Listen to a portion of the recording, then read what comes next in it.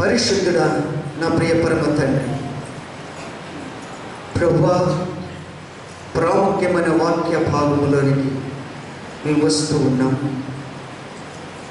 నువ్వెప్పుడూ మాతోనే ఉన్నావు, నీ సన్నిధితో నడిపిస్తూనే ఉన్నావు. ఇదిగో మా హృదయాలు ప్రభువా, నీ మాట వినడానికి ఎదురు చూస్తూ ఉంటుండగా, ఎదురు చూచు ప్రతి ఒక్కరికి ఈ మాట ద్వారా ఒక గొప్ప ధైర్యం కలగాలి, ఒక గొప్ప తీర్మానం కలగాలి, ఒక గొప్ప ఆశ కలగాలి. అది నీవే చేయగలవు, నీవే మాట్లాడగలవు ప్రభువా. నువ్వు మనుష్యులు మాట్లాడినట్టుగా మాట్లాడేవాడు కాదు, లోకంలో ఉన్న మనుషులు మాట్లాడినట్టుగా మాట్లాడేవాడు కాదు. నీవు పరలోకములో నుండి పంపబడిన గొప్ప దేవుడు, మనుష్య కుమారుడిగా ఈ లోకానికి వచ్చి దేవుని కుమారుడిగా పరలోకములో స్థిరపరచబడినటువంటి వాడు. కనుక ఈ అస్థిరమైనటువంటి లోకములో బ్రతుకుతున్నటువంటి మా జీవితాలను బాగు చేయడానికి నీ త్యాగము ద్వారా చేసిన కార్యాలను ప్రభువా ధ్యానం చేయడానికి ఇదిగో నీ సన్నిధిలో నిలిచి ఉన్నాం. మా అందరితో మాట్లాడి మా హృదయాలను మరింత బలముగా నీ రాజ్యము కొరకు, నీ రాకడ కొరకు మమ్మల్ని సిద్ధపరచమని వింటున్న ప్రతి బిడ్డ కూడా ప్రభువా యేసయ్య సమృద్ధికరమైన ఆత్మ నింపుదలతో నింపబడి ప్రభువా యేసయ్య నువ్వు అనుగ్రహించే ప్రతి మాట వలన తృప్తిని కలిగి ఉండడానికి, ఆత్మలో బలము కలిగి ఉండడానికి నాకు మాకు అందరికీ కూడా దయచేయం. ఈ స్వరము ప్రభ ఎంత దూరము ప్రవహించబోతుందో, ప్రవహించే ప్రతి స్థలంలో నిలిచిన ప్రతి మనిషి దృష్టిలోనికి నీ మాటలు ప్రవహింపబడలు కాక, వారందరూ మారు మనసు పొందుదురు కాక, వారందరూ నీ రాజ్యానికి అర్హులుగా చేయబడుదురు కాక. అతి విధముగా ప్రభువా నీ జీవపు గల మాట ప్రభువా యేసయ్య మా అందరి జీవితంలో ఫలింపును దయచేయమని యేసునామములో అడుగుచున్నాము ప్రియ పరలోకపు తండ్రి, ఆమేన్. హల్లెలూయా. ఈరోజు మనకు పునరుత్థానపు ఆరాధన అన్న సంగతి మనందరికీ తెలుసు. తెలియనటువంటి వారు ఎవరు కూడా లేరు. కనుక ఈ పునరుత్థానపు సువార్తను ఎప్పుడు ప్రకటించబడింది అని మనం ఆలోచన చేస్తే, యేసుక్రీస్తు ప్రభుల వారు ఆయన చనిపోక ముందే ఆయన మరణమును గురించి, ఆయన పునరుత్థానం గురించి ప్రకటించాడు. తరువాత అపోస్తలులు కూడా ఈ మరణ పునరుత్థానముల గురించి విస్తారంగా ప్రకటించారు. విస్తారంగా దేశపు నలుమూలలు కూడా ప్రకటింపబడిన ఈ సువార్త ప్రతి మనిషి హృదయంలోనికి చేరాలి. కాబట్టి సర్వ సృష్టికి వెళ్ళి నా సువార్తను, నా మరణమును గురించి ప్రకటించండి అని చెప్పారు. కనుక ఈ రోజున శిష్యులు 12 మంది, ఆ రోజుల్లో 12 మంది సమకూర్చబడ్డారు. ఆ 12 మంది కాస్త 50 మంది, 70 మంది, ఇలాగ వందలలో, వేలలో, లక్షల్లో, కోట్ల, ఈ రోజున కోట్ల కొలది ప్రజలు ఆయన సువార్తను వింటూ ఉన్నారు, పునరుత్థానం గురించి వింటూ ఉన్నారు. ఇంకా వినవలసి ఉంది. కాబట్టి ఈరోజు మనము కూడా ఈ మాటలు మరొక్కసారి మనము వినడానికి ఆయన సన్నిధికి మనం వచ్చాము. కనుక మరిన్ని విషయాలను మనము జాగ్రత్తగా పరిశుద్ధాత్మ సహాయం ద్వారా మనం విందాం. ఆమేన్. హల్లెలూయా. యేసుక్రీస్తు ప్రభుల వారు పునరుత్థానం గురించి చెప్పినటువంటి మాటను మనం చూడగలిగితే మత్తయి సువార్త 22వ అధ్యాయంలో అధ్యాయము 31వ వచనం మనం చదువుకుందాం.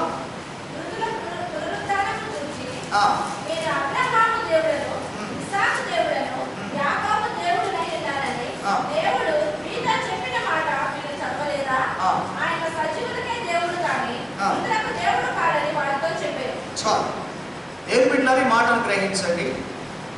ఏమని చెప్తున్నాడు ఇక్కడ ఆయన?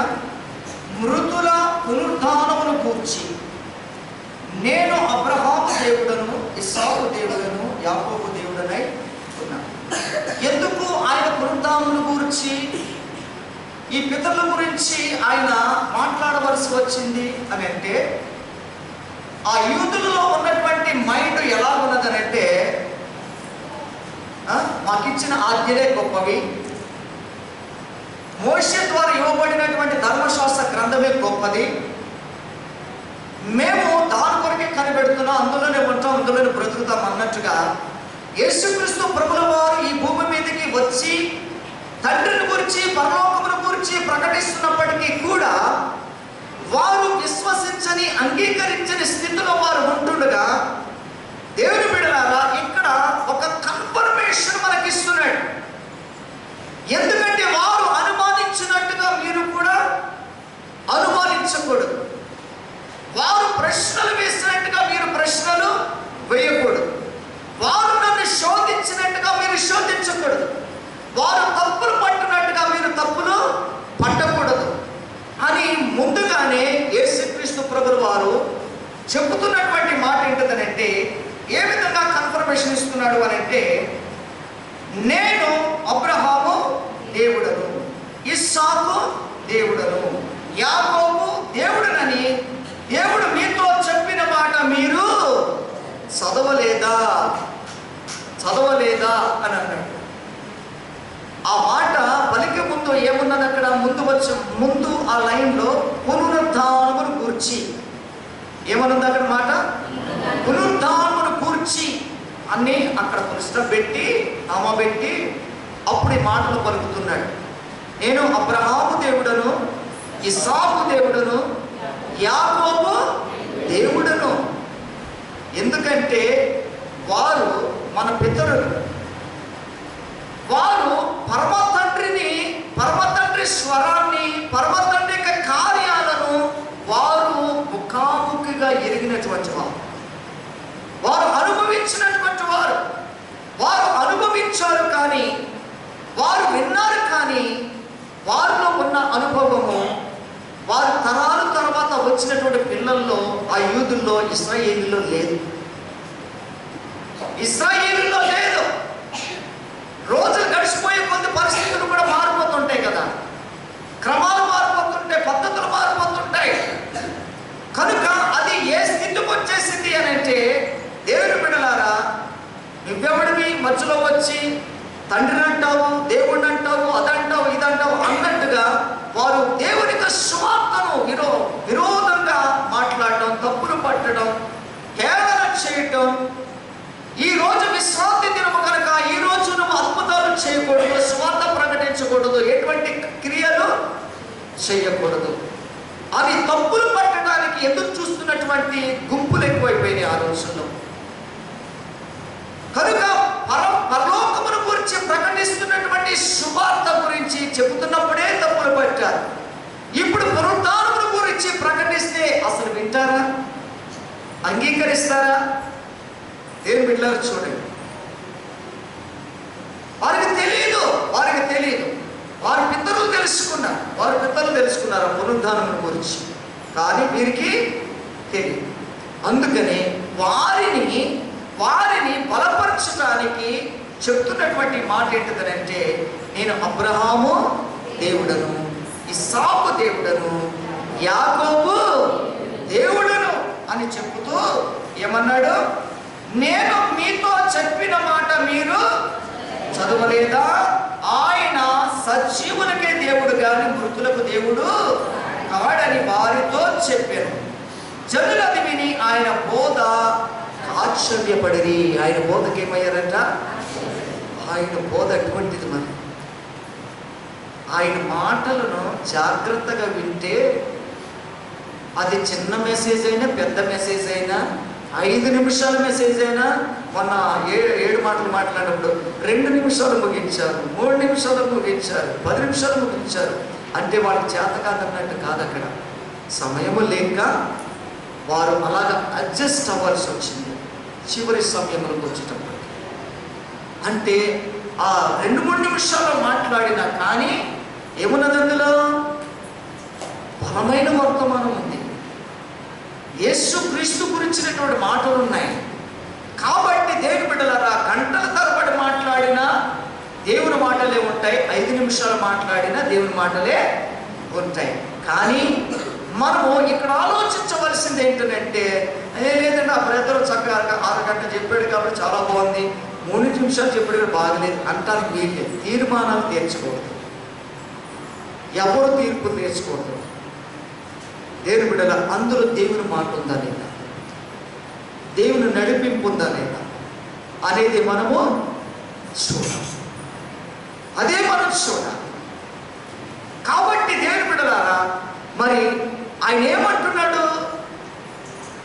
ఆయన సజీవులకే దేవుడు కానీ మృతులకు దేవుడు కాడని వారితో చెప్పాను. జనులకు విని ఆయన బోధకు ఆశ్చర్యం. నువ్వు నిజంగా షార్ట్ మెసేజ్ విన్నా, హృదయపూర్వకంగా వింటే, నీ ఆత్మీయ చెవులతో వింటే, ఆత్మీయ నేత్రాలతో చూస్తే, గ్రహించగలిగితే 2 ముక్కలు చాలు, ఒక్కటి కూడా సరిపోతుంది కొన్నిసార్లు. ఆ మాటలు నిన్ను ఆశ్చర్యపరుస్తాయి, ఆ మాటలు నిన్ను బలపరుస్తాయి. గంట సేపు వర్తమానం విన్నా నీకు ఎక్కకపోవచ్చు, కానీ ఏదో ఒక మాటను ఆడుకుంటుంది చాలు. గంట మెసేజ్ హృదయంలోకి వెళ్ళిపోవాలని లేదు. అలాగని నిర్లక్ష్య పెట్టకండి, గ్రహిస్తూ ఉండండి. అలా గ్రహిస్తూ ఉంటే ఏదో ఒక్క మాట నీకు బలంగా తాగుతుంది అన్నమాట. అది నీకు కావలసిన మాట, అది నీకు ఇవ్వబడినటువంటి మాటని గ్రహించాలి. అందరికి ఒకే విధంగా ఉండదు. ఎవరికి కావలసినటువంటి మాట ఆయా సమయంలో, ఆయా గడియలలో దేవుడు విడుదల చేస్తాడు. ఆ మాట వారిని తాగుతుంది. ఆ మాటలు విని అక్కడ ఉన్నటువంటి వారందరూ కూడా ఏమయ్యారట? ఆశ్చర్యపడ్డారు. అంగీకరించిన వారు, ఒప్పుకున్న వారికి ఆశ్చర్యం. ఒప్పుకోలేని వారికి ఆశ్చర్యం అంటే ఏం తెలుసుదా? చెప్పండి. ఆయన కార్యం గురించి ఏం తెలుస్తుంది? చెప్పొచ్చు, అవనే సువార్త మాకు తెలుసు, బైబిల్ మాకు తెలుసు, మేము చదువుతున్నాం అంటున్నారు. ఈరోజు వాళ్ళు ఎందుకు చదువుతున్నారంటే తప్పులు పట్టడానికి చదువుతున్నారు తప్ప బతుకులు బాగు చేసుకోవడానికి కాదు, జీవితాలు సరిదిద్దుకోవడానికి కాదు. నేను పరలోక రాజ్యములో నేను అర్హురాలుగా ఉండాలి అనే ఒక ఉన్నతమైన ఆశయాలతో కాదు. ఈరోజు చాలా మంది ఇళ్లలో బైబిల్ ఉంటున్నాయి, కొనుక్కుంటున్నారు. వీళ్ళు మాట్లాడే మాటలు కరెక్టా కాదా? కరెక్టా? అయ్యో మాకు అవునో కదా మాకు తెలియదు, కానీ ఇది మాత్రం ఉండకూడని గ్రంథం కాబట్టి దీనిలో తప్పులు చూపిస్తే అందరూ మన వైపు తిరుగుతారు అని ఈ లోకంలో ఉన్నటువంటి శత్రువు చేత నింపబడినటువంటి మనుషులందరూ కూడా ప్రయత్నిస్తున్నటువంటి ప్రయత్నాలు అన్నమాట. అటువంటి వారు మాటలు మనం వినకూడదు, చెవిని పెట్టకూడదు. దేవుని యొక్క మాటలు ఎవరు చెవిని పెట్టినా వారి జీవితాలు ఖచ్చితంగా బాగుపడతాయి, వారి బ్రతుకులు బాగుపడతాయి. దేవుని బిడ్డలారా, ఏమీ బాధపడవలసిన అవసరం లేదు. ఎందుకంటే ఎండినటువంటి స్థితిని దేవుడు ఏం చేస్తాడట? చిగురింప చేస్తాడు. చేదును ఏం చేస్తాడట? మాధుర్యముగా మారుస్తాడు. కాబట్టి అంత గొప్ప దేవుని మాటలు వినే విషయంలో చాలా జాగ్రత్త వహిస్తే మన బ్రతుకులు ఆటోమేటిక్గా బాగుపడతాయి. వర్ధిల్లడం, అభివృద్ధిలోకి వెళ్ళడం ప్రారంభమవుతాయి. కాబట్టి దేవుని యొక్క మాటను నిర్లక్ష్య పెట్టకండి.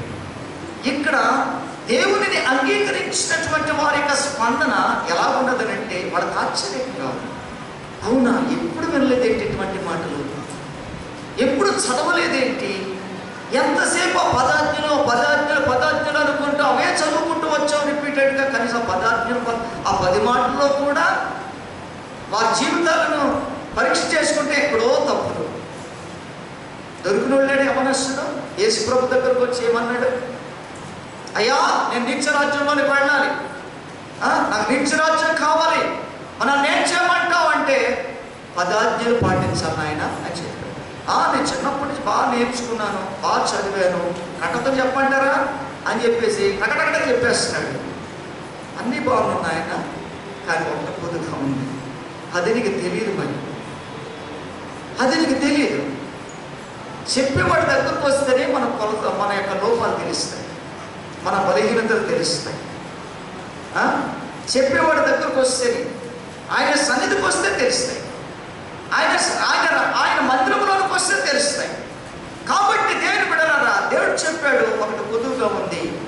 ఇదిగో ధనవంతుడును అనే గర్వీకతనం నీకు ఒకటి ఉంది.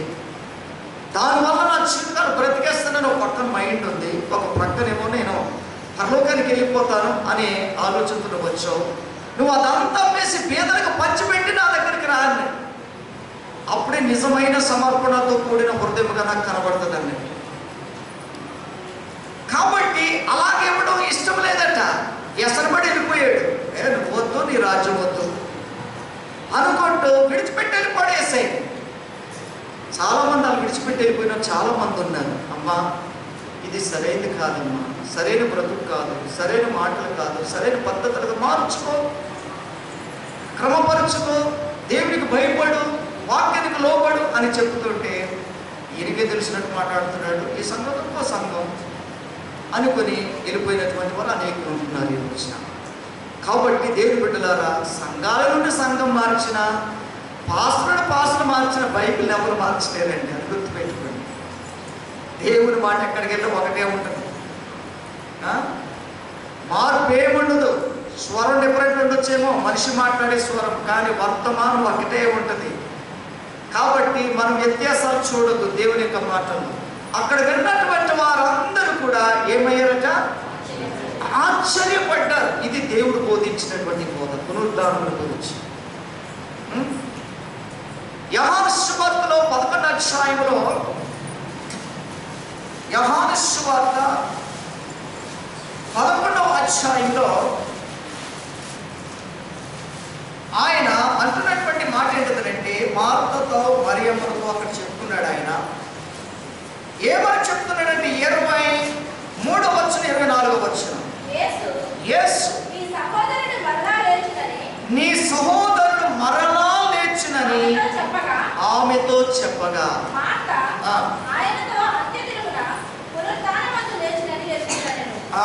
అప్పుడు యేసు ఏమని చెప్పాడు?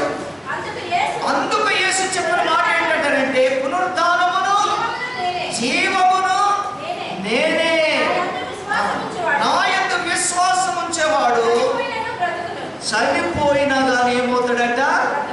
ఇదేలా సాధ్యమండి? మరి ఇంతమంది చనిపోతున్నారు, మరి ఇంతమంది పాస్టర్లు ఉన్నారు, ఇన్ని వాక్యాలు చెప్తారు, ఎవడో బ్రతకట్లేదండి. ఇది ఆ విధంగా కాదు బ్రతికించటం. బ్రతకడం అంటే ఏంటి? మనం పాపము విషయంలో చచ్చిన వారంగా ఉండాలి. చచ్చిన వాడు ఎలాగ తిరిగి మళ్ళీ లేపడో, లేసే అవకాశాలు లేవో, మనము కూడా పాపం విషయంలో ఎలా ఉండాలి? మరలా తిరిగి పాపము చేయడానికి నీవు ప్రయత్నాలు చేసేవాడుగా కాకుండా, ఆలోచించేవాడుగా కాకుండా, చేసేవాడుగా కాకుండా ఎలా ఉండాలంటే చచ్చిన వాడుగా ఉండాలి. అంటే పాపం ఎన్నడూ చేయకూడదు, ఎన్నడూ పాపము చేయకూడదు. కనుక దేవుని బిడ్డలారా, ఇక్కడ చెప్తున్నాడు ఏంటంటే, మార్పుతో చెప్తున్నాడు యేసయ్య, పునరుద్ధానమును జీవమును నేనే. వీళ్ళేం చెప్తున్నారు? మాకు తెలుసయ్యా, ఈ వర్తమానం ఎప్పుడో విన్నాము, చాలామంది ప్రవక్తలు బోధించారు అని అనుకున్నారు, కానీ ఈయన గురించి బోధించారన్న సంగతి వారికి తెలియదు. ఎన్నోసార్లు సువార్త విన్నారు. మార్త మరియల ఇంటికి వెళ్ళి ఎన్నోసార్లు మీటింగ్ పెట్టాడు యేసయ్య, కొడుకులు పెట్టాడు. పెట్టినప్పుడు ఎంతో సువార్త వాళ్ళు విన్నారు. ఎంత వింటే సుఖమేంటి సమర్పణ లేకుండా? అంత సువార్త విన్న తర్వాత కూడా యేసు ప్రభుని గురించి వారు పూర్తి అవగాహన లేకుండా వారు మాట్లాడుతూ ఉన్నారు. అయ్యో యేసయ్య ఎన్నోసార్లు మా కొంపకొచ్చావు, మా కలిగింది పెట్టావు, చక్కగా మీటింగ్లు జరిగించావు, వెళ్ళిపోయావు, కానీ మా తమ్ముడు చనిపోయినప్పుడు ఏంటయ్యా నువ్వు లేవు? అప్పుడుంటే నా తమ్ముడు చనిపోయేవాడు కాదు కదా, బ్రతికేవాడు కదా అంటే ఆయన యేసయ్యకి తెలియదు అనుకున్నారా? ఆయనకి అంతా తెలుసు ఇలా మాట్లాడాలని. ఈ మాట్లాడితే యేసయ్య ఏం జవాబు ఇవ్వాలో ఆయన దగ్గర సిద్ధంగా ఉంది. కాబట్టి దేవుని బిడ్డలారా, మరి యేసయ్య వచ్చాడు. వచ్చిన తర్వాత ఆయన ఏమన్నాడంటే, వాళ్ళు ఏమన్నారంటే, ప్రభువా నీవిక్కడ ఉండి నేడల నా సహోదరుడు చావకుండా ఇప్పుడైనాను నీవు దేవుని ఏమడిగినను దేవుడు నీకు అనుగ్రహించినని ఎరుగుదు అనేను. యేసు నీ సహోదరుడు మరలా లేచునని ఆమెతో చెప్పగా, చూసారా, మార్త మరియలతో అక్కడ చెప్తున్నాడు యేసయ్య, అమ్మా నీ తమ్ముడు మరలా లేస్తాడమ్మా, మరలా లేస్తాడు, ఎందుకు తొందరపడుతున్నావు? ఎన్నోసార్లు బోధ చేశాను, ఎన్నోసార్లు ప్రకటించాను, అదంతా ఏమైపోయిందమ్మా, మరలా లేస్తాడు, ఏం వెంటపడకు, ఏం బాధపడకు అని చెప్తుంటే, మాకు తెలుసయ్యా, ఎప్పుడో ఈ వర్తమానాలు విన్నాం అని. తెలియడం వేరు, నమ్మడం వేరు. బైబిల్ అంటే తెలియని వాడు ఎవరో లేరు ఈ రోజుల్లో. అందరూ చదువుతారు, అందరూ వింటారు, కానీ గ్రహించే వారే తక్కువైపోయారు, ఒప్పుకోవలసిన వారు తక్కువైపోతున్నారు. కనుక వారికి ఇటువంటి మర్మాలు తెలియదు, లోతైన అనుభవాలు వాళ్ళకు ఉండవు. కనుక దేవుని బిడ్డలారా ఇక్కడ చెప్తున్నాడు, నీ తమ్ముడు మరలా బ్రతుకుతాడు అని చెప్తున్నాడు. ఆ మాట అక్కడ ఉన్నటువంటి వారందరికీ చాలా ఆశ్చర్యం అనిపించవచ్చు, ఒక వింతగా అనిపించవచ్చు. అప్పటికి ఎన్ని రోజులైంది లాజరు చనిపోయి? 4 రోజులు. ఎన్ని రోజులైంది? 4 రోజులు. ఈయనేంటి ఇప్పుడు ఈ మాట చెప్తున్నాడు? ఆల్రెడీ కుళ్ళిపోయి కప్పు కొట్టేస్తూ ఉంటాడు, ఇప్పుడు అక్కడికి వెళ్దామంటాడేంటి అని చెప్పేసి అనుమానం ఉండొచ్చు వాడికి. ఒక ప్రక్కన నమ్మకం లేకుండా కూడా వారు ఉండొచ్చు. కానీ ఏసి చెప్తున్నారు ఏంటంటే, పునరుద్ధానము జీవమును నేనే నేనే అని చెప్తున్నాడు. అప్పుడు ఆయన మరణించాడా? మరణించాడండి? మరణించలేదు. అప్పుడు తిరిగి లేచాడా? లేవలేదు. మరణించక మునుపు, తిరిగి లేవక మునుపు పునరుద్ధానముల గురించి చెప్తున్నాడు. నేనే, నాలో చూడమని చెప్తున్నాడు. నువ్వేది తెలుసుకోవాలనుకున్నా, ఏది నమ్మాలనుకున్నా నా వైపు చూడంటాడు ఆయన. నా తట్టు తిరగమంటాడు. ఎవరైతే ఆయన తట్టు తిరుగుతారో దేవుని బిడ్డలారా, ఆయన మరణములో ఉన్నటువంటి శక్తి, ఆయన పునరుద్ధానములో ఉన్నటువంటి శక్తి మనల్ని ఏం చేస్తుంది? ఏం చేస్తారు? మరణమును సంభవించే ఏ భయంకరమైన వ్యాధైనా, బలహీనతలైనా, శోధనైనా, వేటినైనా వాటన్నిటి నుండి విడిపిస్తుంది.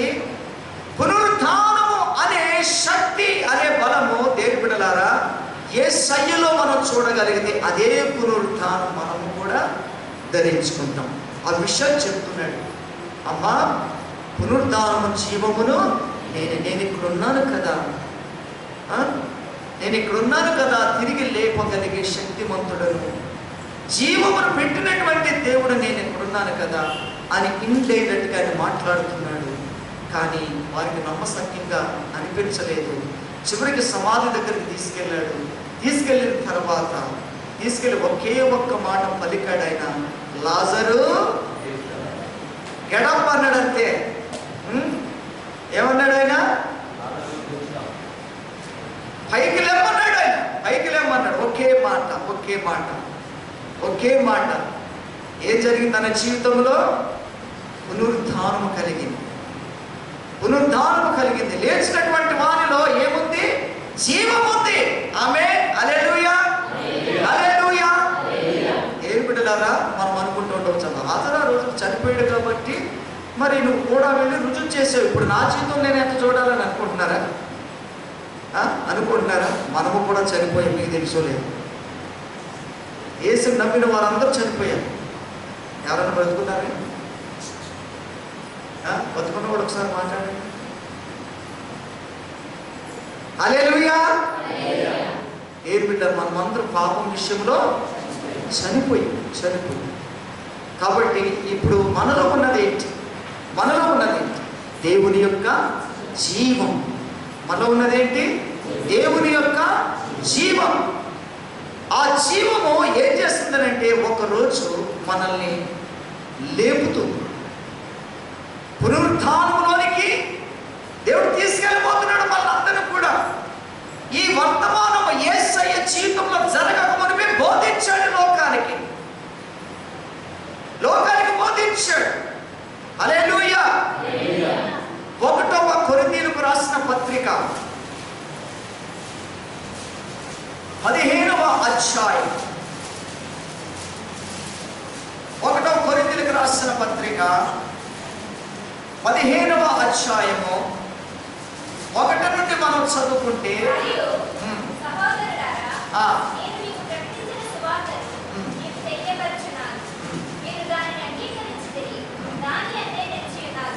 ఇదంతా మీరు ఇంటికి వెళ్ళిన తర్వాత చదువుకోండి, మీకు దాని గురించి అర్థమవుతుంది. నాకు ముఖ్యంగా కావాల్సిన వచనాలు ఏంటంటే 12వ వచనం కనిపించాలి.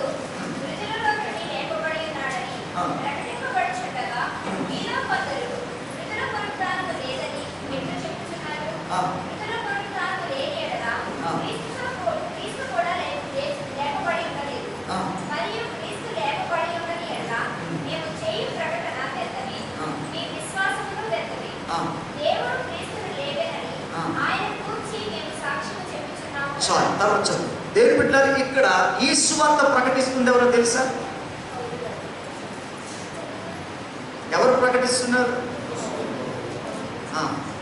యేసు క్రీస్తు ప్రభుల వారు పునరుద్ధానమును గురించి, జీవమును గురించి, మరణమును గురించి ప్రకటించబడిన సువార్త తిరిగి మరలా ఎవరి ద్వారా ప్రకటించబడుతుంది? అపోస్తుడైన పౌలు, లేకపోతే శిష్యులు అని కూడా చెప్పచ్చు. కడమ శిష్యుడు. అపోస్తుడైన పౌలు కడమ శిష్యుడు. అంతకుముందు శిష్యులు 12 మంది ఉన్నారు.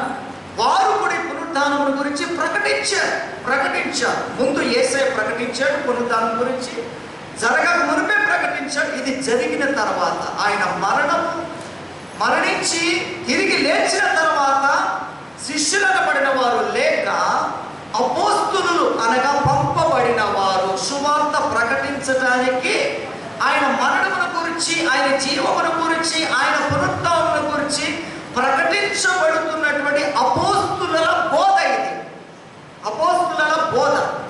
వారి బోధ ఏమని చెప్తుందనంటే, క్రీస్తు మృతులలో నుండి లేపబడి ఉన్నాడని ప్రకటింపబడుచుండగా మీలో కొందరు ఏమన్నారు?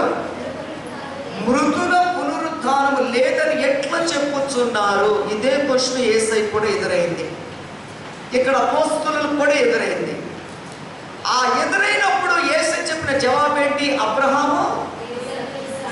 అబ్రహాము దేవుడను, ఇస్సాకు దేవుడను, యాకోబు దేవుడను, కానీ వారికి నా గురించి తెలుసు అని దేవుడి బిడ్డ అక్కడున్నటువంటి వారికి సువార్త ప్రకటించాడు. అదే క్వశ్చన్, అదే అనుమానాలు ఇప్పుడు అపోస్తుల దినాలలో కూడా ఎదురవుతున్నాయి. ఇప్పుడు కూడా ఎదురవుతాయి. ఇప్పుడు కూడా అటువంటి క్వశ్చన్స్ రేజ్ అవుతుంటాయి. కాబట్టి ఇక్కడ అపోస్తుల బోధలో ఎదురవుతున్నటువంటి, చూడండి, అక్కడ ఉన్నటువంటి యూదులు ఏమని చెప్తున్నారట? పునరుద్ధానము లేదని చెప్తున్నారట. అసలు పునరుద్ధానమే లేదు అని అంటున్నారు. అప్పుడు వాడు అన్నారు, ఒకవేళ పునరుద్ధానమే లేకపోతే మేము ప్రకటించబడినటువంటి సువార్త వ్యర్థమైపోతుంది. ఈ వ్యర్థమైపోయే సువార్తను ప్రకటించడానికి మేమేమన్నా పిచ్చోడమా, వెర్రివాడమా? మీకు పునరుద్ధానం గురించి ప్రకటించడానికి మేము వస్తే పునరుద్ధానం లేదని మీరు చెప్పుతున్నారు. కానీ దేవుని బిడ్డలారా, అది వ్యర్థము కాదు. మేము ప్రకటిస్తున్నటువంటి సువార్త వ్యర్థము కాదు. మేము నమ్మాం. ఎందుకంటే ఆయన పునరుద్ధానుడై తిరిగి లేచిన సంగతి మాకు తెలుసు, మేము చూసాం, మేము తాకాం, మేము విన్నాం అని శిష్యులు యేసుక్రీస్తు ప్రభువు వారి యొక్క పునరుద్ధానముల గురించి ప్రకటించారు. కాబట్టి దేవుని బిడ్డలారా, అక్కడ ఉన్నటువంటి యూదులలో కొంతమంది పునరుద్ధానము లేదని అలనాడు మరి పూర్వపు దినాల్లో యేసుక్రీస్తు ప్రభువు వారు ప్రకటిస్తున్నటువంటి దినాలలోనే ప్రశ్నలు ఎదురని, తర్వాత కూడా అదే పరిస్థితి కొనసాగుతూ ఉంది. దేవుని బిడ్డలారా, ఇక్కడ మనం గ్రహించవలసింది ఏంటంటే, యేసయ్య బోధించిన పునరుద్ధానము సువార్తలోను, అపోస్తలులు ప్రకటించిన సువార్త బోధలోను, పునరుద్ధానపు బోధలోను దేవుడు రెండు చోట్ల కూడా ప్రశ్నలు ఎదురయ్యాయి. ఈ రోజు కూడా ఏమవుతున్నాయి? అదే రకమైన ప్రశ్నలు ఎదురవుతూ ఉన్నాయి. క్వశ్చన్ చేసేవారు చాలా మంది ఉంటున్నారు. కానీ మనం నిజంగా ఆయన మరణముల గురించి, ఆయన పునరుద్ధానముల గురించి మనం విశ్వసించినట్లయితే, నమ్మినట్లయితే, దేవుని బిడ్డలారా, మనము కూడా ఏమవుతామట? ఇక్కడ చెప్తున్నాడు ఏమనంటే, మృతుల పునరుద్ధానము లేని ఎడల క్రీస్తు కూడా లేపబడి ఉండాలి. అది అబద్ధం అవుతుంది. కానీ ఆయన లేపబడిన సంగతి మేము చూసాం అని చెప్తున్నాం. ఆయన లేపబడిన సంగతి మేము చూసాం. దాన్ని ఎవరు అబద్ధం అని చెప్తారు? ఇంకా డైరెక్ట్గా వారు లైవ్లో చూసినప్పుడు అబద్ధం అని చెప్పడానికి అక్కడ అవకాశం ఏమాత్రం కూడా లేదు. అంటే వారు క్రీస్తుని సరిగా ఎరగలేదు, ఒప్పుకోలేదు. కనుక వారికి ఆశ్చర్యం అనిపించదు, అద్భుతం అనిపించదు. పునరుద్ధానము రోజున మేము కూడా తిరిగి లేస్తామని విశ్వాసం కూడా వారికి ఉండదు. కానీ ఈ రోజున మనం ఏం చేయాలి? ఆయన పునరుద్ధానమును ఖచ్చితంగా మనము నమ్మి తీరాలి. ఎందుకనంటే చూడండి, 16వ వచనం 17వ వచనం చదువుదాం. మృతులు లేపబడని ఎడల క్రీస్తు కూడా లేపబడలేదు. క్రీస్తు లేపబడని ఎడల మీ విశ్వాసము వ్యర్థమే, మీరింకను. చూసారా, ఈ క్వశ్చన్ వేసిన వాళ్ళ పరిస్థితి ఎలా ఉన్నదన్న? ఇంకను మనము అటువంటి ప్రశ్నలు వేసే వారిలో మనం ఉండకూడదు. ఒకవేళ మనము కూడా ఆ స్థితిలో ఉంటే మనం ఎక్కడున్నామన్నమాట? ఇంకా పాపములోనే ఉన్నారన్నమాట. అంటే వారికి విడుదల కలగదు. యేసుక్రీస్తు ప్రభువు వారి యొక్క మరణము వారికి రక్షణకరంగా మార్చబడలేదన్నమాట. వారు ఒప్పుకోలేదు. క్రీస్తు మరణముల గురించి వారు ఒప్పుకోలేదు. కాబట్టి పునరుద్ధానం కూడా వారికి ఉండదు. ఎవరైతే క్రీస్తు మరణమును ఒప్పుకుంటారో వారికి పునరుద్ధానం ఉంటుంది. ఎందుకంటే నేను కూడా మరణిస్తాను, నా క్రీస్తు మరణించినట్టుగా నేను కూడా మరణిస్తాను, నా ప్రభు లేచినట్టుగా నేను కూడా తిరిగి లేస్తాను. ఇది కన్ఫర్మేషన్. మనకు కన్ఫర్మేషన్ ఎవరిక్కడ? ఆయన మరణించి తిరిగి లేచిన వాడే, ఆయన ఒక్కడే మనకు కన్ఫర్మేషన్. ఎవరు కూడా కాదు. ఎందుకంటే ఈ భూమి పుట్టినది మొదలుకొని ఎంతమంది మనుషులు పుట్టి చనిపోయారో వారందరూ పరలోకానికి వెళ్ళిపోలేదు. ఇంతవరకు కూడా ఎవరు కూడా వెళ్ళిపోలేదు. వెళ్ళిన వాడు ఒక్కడే. ఎవరు? యేసుక్రీస్తు ప్రభువు వారు. ఎందుకంటే ఆయనే పరిశుద్ధుడు. ఆయన తప్ప ఎవరు పరిశుద్ధులు లేదు. ఎవరు పరిశుద్ధులు లేదు. ఆయన పరలోకములో నుండి పంపబడిన వాడు, పరిశుద్ధుడిగా పంపబడిన వాడు. కనుక ఆయన మన కొరకు మన పాపముల నిమిత్తము ప్రాణం పెట్టాడు. కాబట్టి మరణించి తిరిగి లేవడానికి తండ్రికి అధికారం ఉంది. కనుక ఆ పరిశుద్ధుడిని మరణము నుండి దేవుడు లేపాడు. పునరుద్ధానుడుగా యేసుక్రీస్తు ప్రభువు వారు పిలువబడుతున్నాడు. కనుక మనమందరము కూడా పాపం విషయంలో చనిపోయి పరలోక విషయంలో, జీవం విషయంలో మనం బ్రతికి ఉన్నామని రుజువు చేసుకోవాలి. అంటే యేసుక్రీస్తు మరణాన్ని నమ్మాలి, పునరుద్ధానం కూడా నమ్మాలి. నా ప్రభు మరణించినట్టుగా నేను కూడా మరణిస్తాను, సమాధి చేయబడతాను. కానీ సమాధి చేయబడినటువంటి నా ప్రభు 3వ దినము తిరిగి లేస్తానని చెప్పినటువంటి మాట ప్రకారంగా తిరిగి లేచాడు. లేచిన స్థితి రుజువు చేశాడు. కాబట్టి నేను కూడా తిరిగి లేస్తాను అని చెప్పడానికి ఇక్కడ మనకు కావాల్సింది ఏంటంటే విశ్వాసమే. మన కన్ఫర్మేషన్ ఏమి ఇవ్వాలి? యేసయ్య జీవితంలో జరిగినటువంటి ఈ కార్యము మనం నమ్మడమే, అంతే మనం చేయాల్సింది. ఆయన ఎలా రుజువు చేశాడు అని అంటే అపొస్తలుల కార్యాల్లో మీకు ఈ మాట చూపిస్తాడు. అపొస్తలుల కార్యాలు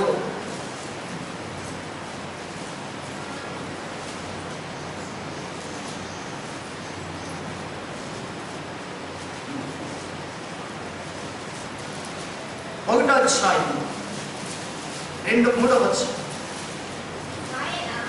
ఆయన శ్రమ పడిన తర్వాత 40 దినముల వరకు చాలు.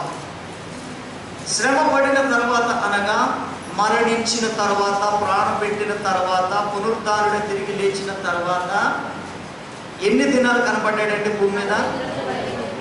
ఎన్ని దినాలు కనపడ్డాడు? 40 దినాలు. 40 దినాలు తర్వాత పరలోకానికి ఆయన ఎక్కిపోయాడు, తండ్రి యొద్దకు వెళ్ళాడు. ఆయన 40 దినాలు వారికి అగపడచ్చు. దేవుని రాజ్యమును గురించి మళ్ళీ ఏం చేశాడు? దేవుని రాజ్యము గురించి అనగా పరలోకమును గురించి బోధ చేశాడు ఆయన. బోధించుచు తర్వాత మళ్ళీ ఏం చేశాడు? అనేక ప్రమాణాలు అనగా ఏ ప్రమాణాలు చూపించాడు? రుజువులు. ప్రమాణాలు అనగా రుజువులు, సాక్ష్యాలు.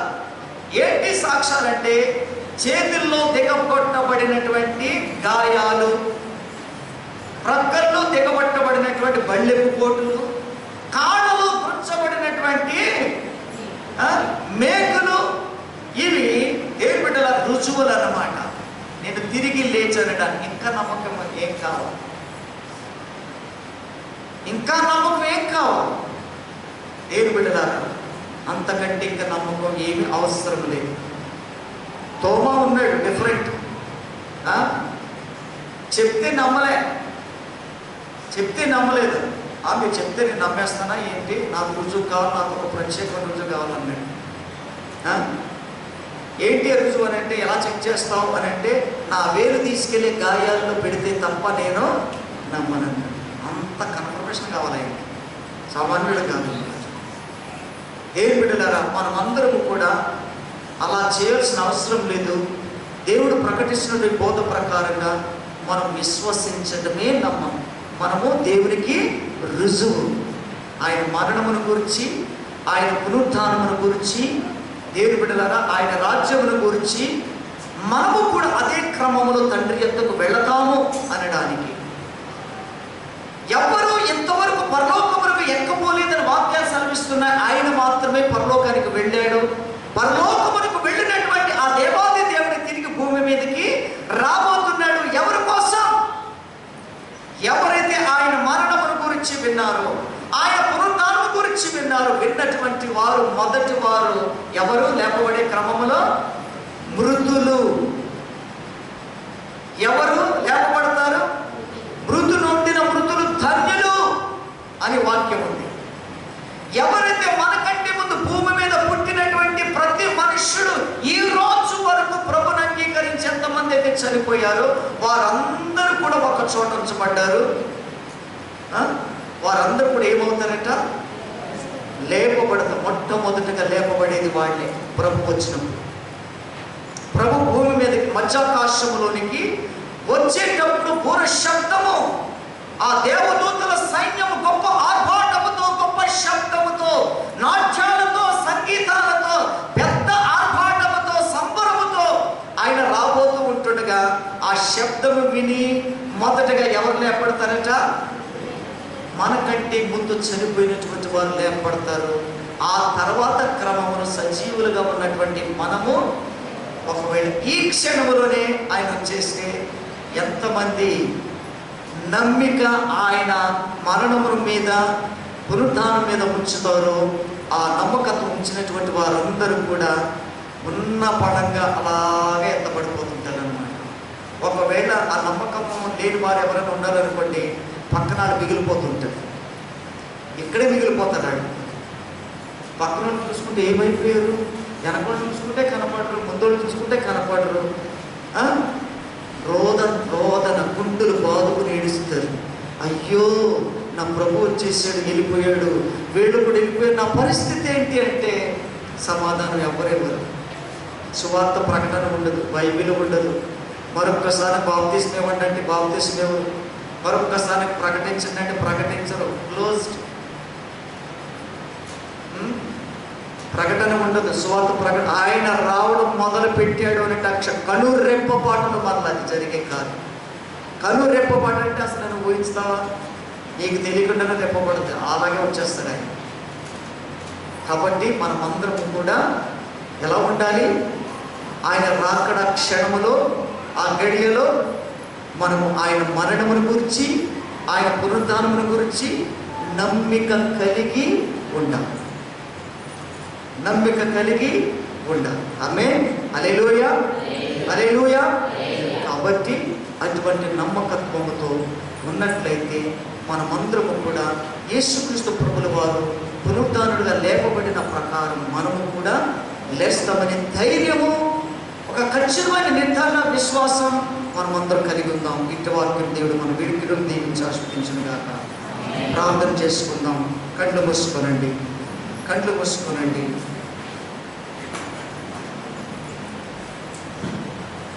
కళ్ళు మూసుకొని ఒక్కసారి మనం పరిశీలన చేసుకుందాం.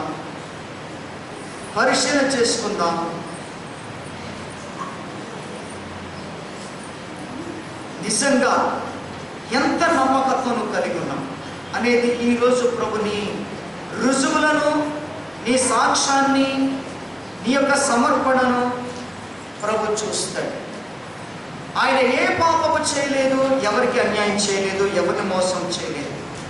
ఆయనను మోసము చేసిన మన గురించి, పాపము చేసిన మన గురించి ఆయన బలి అయ్యాడు, ప్రాణం పెట్టాడు. అంత గొప్ప కార్యము ఆయన చేశాడు. కాబట్టి మనమందరము కూడా పరిశీలన చేసుకుందాం. అందరూ ప్రార్థన చేయాలి. యేసయ్యా, నేను ఈ పాటి వాడను, ఈ పాటి దానను. నా కొరకు ప్రాణం పెట్టినటువంటి వారు ఈ లోకంలో ఎవ్వరూ లేరు, కానీ నీవే 2020 సంవత్సరముల క్రిందట ప్రాణం పెట్టావు ప్రభు, మరణమును జయించావు ప్రభువా. నేను కూడా ఒక దినమున జయిస్తానయ్యా. అటువంటి నమ్మకము నాలో ఉంది నాయన అని నీ నమ్మకంతో ఒక్కసారి పరిశుద్ధాత్మ దేవుని ఎదుట నువ్వు రుజువు చేసుకోగలుగుతావా? నువ్వు రుజువు చేసుకోగలుగుతావా? ప్రార్థన చేయి. నీ ప్రార్థనతో రుజువు చేసుకో దేవుని కుమారుడా. నీ ప్రార్థనతో రుజువు చేసుకో నా కుమారుడా.